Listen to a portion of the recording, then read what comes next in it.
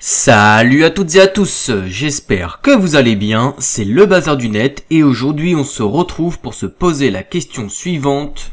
Pourquoi le SMIC provoque une augmentation du chômage? Avant de commencer, définissons les termes de la question.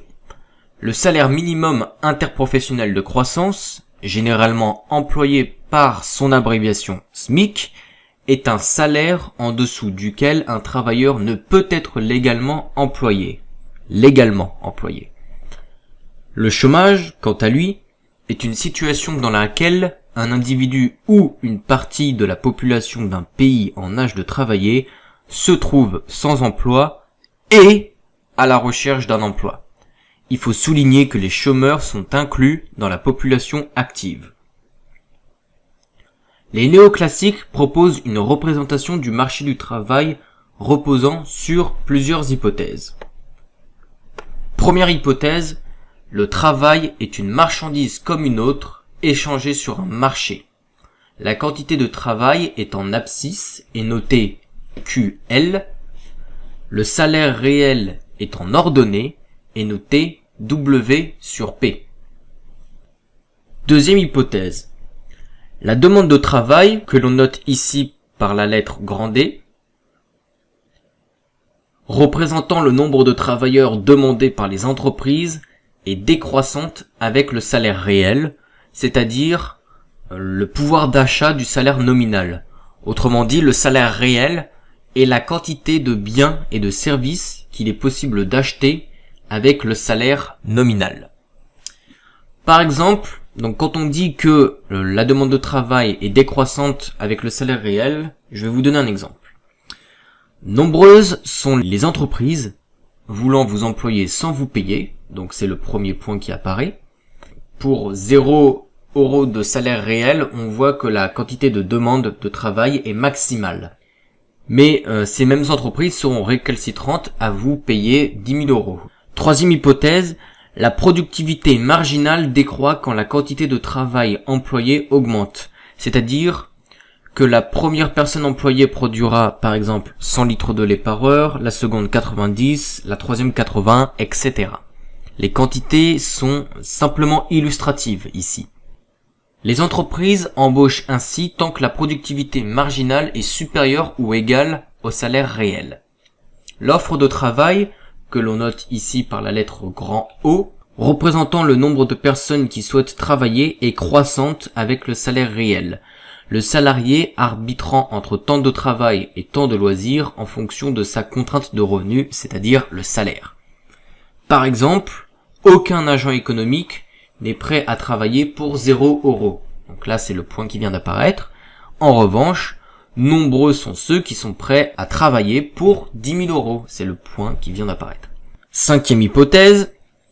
Si les conditions du modèle de concurrence pure et parfaite sont vérifiées, alors le marché du travail possède un équilibre unique.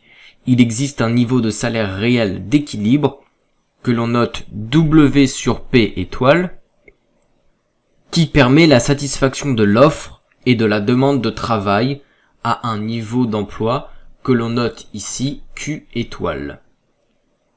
Et dernière hypothèse, si l'offre de travail est supérieure à la demande de travail, c'est-à-dire s'il y a plus d'employés que d'employeurs, alors le salaire diminue, et cette baisse du salaire conduit certains offreurs à sortir du marché du travail et des demandeurs à entrer sur le marché du travail. Un phénomène inverse se produit lorsque la demande est supérieure à l'offre. Connaissant ces hypothèses, si un déséquilibre persiste, c'est en raison de l'existence de rigidités qui empêchent le salaire de se fixer au niveau d'équilibre. Donc je rappelle qu'ici le niveau d'équilibre est atteint lorsque la demande de travail est au même niveau que l'offre de travail. On arrive donc à un salaire réel d'équilibre, donc W sur P étoile, pour une quantité de travail d'équilibre, donc Q étoile. Le SMIC est une rigidité simple à analyser. Le SMIC, que l'on note ici W sur P1, est, par défaut, supérieur au salaire réel d'équilibre. Dans le cas contraire, le SMIC n'aurait aucune utilité.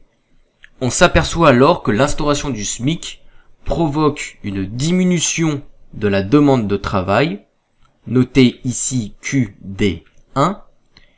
Ne vous fiez pas au fait que la flèche monte, repérez-vous grâce à l'axe des abscisses qui indique la quantité de travail. L'instauration du SMIC provoque également une augmentation de l'offre de travail, notée ici QO1.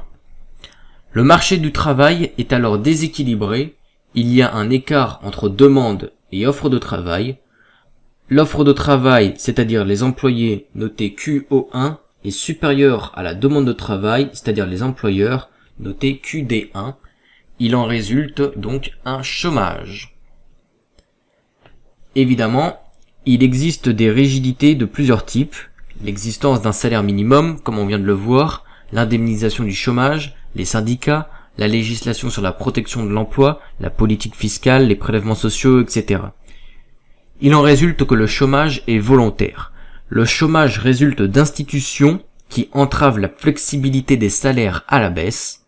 Comme le salaire observé est supérieur au salaire concurrentiel, un chômage apparaît qui ne peut être résorbé que par le retour à la libre concurrence sur le marché du travail. Je vous laisse consulter mes sources. Je tâcherai d'indiquer mes sources à la fin de chaque vidéo. J'espère que cette vidéo vous a plu. Si c'est le cas, n'hésitez pas à me le faire savoir. En attendant, je vous dis à la prochaine pour une nouvelle vidéo.